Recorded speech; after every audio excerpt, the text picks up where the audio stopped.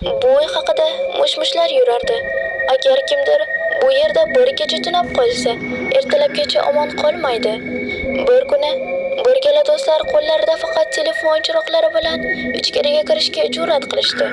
Chang bosgan zinapoyalar qarsillab, devorlar esa uzoq yillarning sirini saqlayotgandek tuyulardi. Xona devorlaridan eski suratlar qarab turar, soat esa tungi soatda to'xtagan edi. Har bir qadam vahimali jimjitlikni buzardi. Bir do'st derazaga qaradi, lekin o'z aksini ko'rmadi. O'rnida qorong'u loyqa siluet unga tikilib turardi. Birdan devorlarda tirnalgan izlar paydo bo'ldi. Telefon chirog'i esa qorong'u yozuvni ochib berdi.